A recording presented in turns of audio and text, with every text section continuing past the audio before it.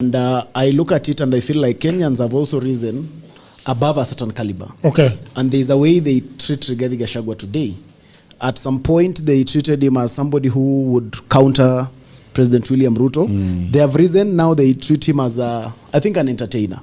And so most people listen to him from an entertainment perspective and not a serious perspective. And that's why any struggle to really come up with a serious conversation around him becomes extremely difficult. That's why you would have conversations around, you see, to the extreme of struggling to deal with a political career, that you start resurrecting people who their families are still struggling with the pain of loss, but you'd want to discuss them from a point of gaining political advantage.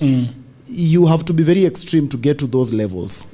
You have to be extremely petty to get to those levels. But I'm able to see that. And that's why I agree with Odhiambo when he says that Junet was the best to make this, to respond to him. Because again, Kimani Ichung'wah sits at a place where he's a serious economist. I think he's a CPAK. And he was the first MP to actually be gazetted as Member of Parliament because he went unopposed.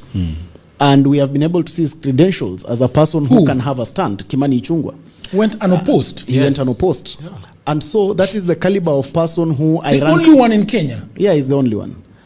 So if you go unopposed, people do not vote? Ndindi was opposed. No, Ndindi was opposed. Ndindi won an election. Okay. But Kimani Ichung'wah went unopposed. So the caliber of Kimani Ichung'wah and how he has previously stood his ground, not just today, but even when he was giving us headache in Jubilee, he has remained a consistent person.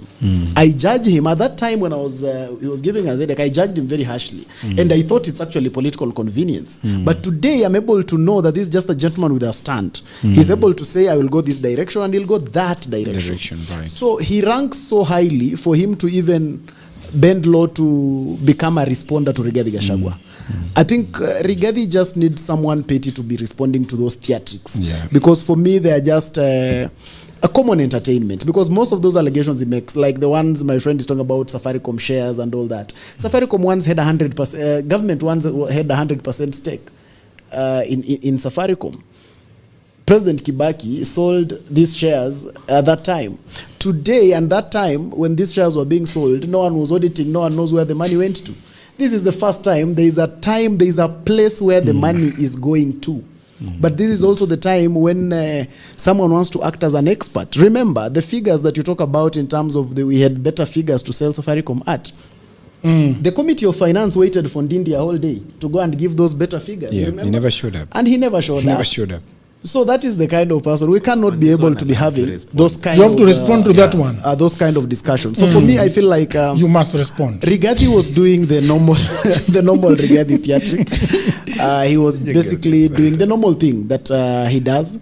Exercising his politics, exercising his expediency, trying very much to ensure that he is relevant. If there is something I give to him, is that Rigathi has mastered the art of being relevant within the political space, because he'll always have something to say about anything and everything, including nothing. So I don't find much to actually put as a response to what Rigathi said, because when someone can discuss former Prime Minister Raila Odinga, whose family is still in pain, in the fashion with which he did, I think it will be bizarre of us to actually sit down and even give that kind of conversation airtime.